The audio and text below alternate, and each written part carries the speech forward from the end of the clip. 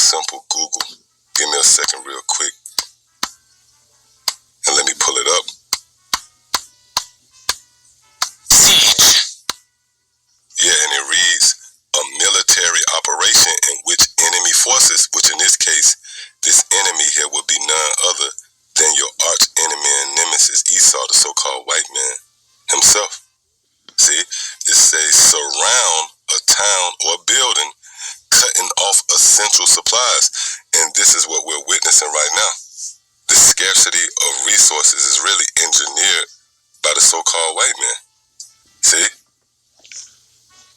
Your essential supplies is going to be compromised from these power outages to food shortages. See? It says with the aim of compelling the surrender of those inside, which when you go into that word compel in the Greek, it translates to threatening, all right, or threats. So the so-called white man is going to threaten you by cutting off your essential supplies. See that? Which this is not a new idea, and certainly nothing you should marvel at, especially those of you who have a feel for history. You know, when you go back to 70 AD, in the time of Masada, where pretty much the so-called white man, in the form of the Romans, cut off the supplies of Jerusalem and sieged Jerusalem. Well, ultimately, they captured our people. Well, guess what?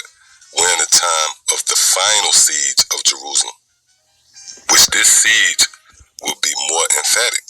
All right, that stroke of oppression, those afflictions, that wound from your enemy is going to become more and more dramatic, man. And this idea is found within the prophetic sayings of the Holy Scriptures, which brings me right here to the book of Psalms, the 18th chapter, and starting at the 2nd verse. It reads, the Lord is my rock and my fortress and my deliverer, my power, my strength, in whom I will trust, my buckler and the horn of my salvation, and my high tower. So this rock here, this fortress, this buckler,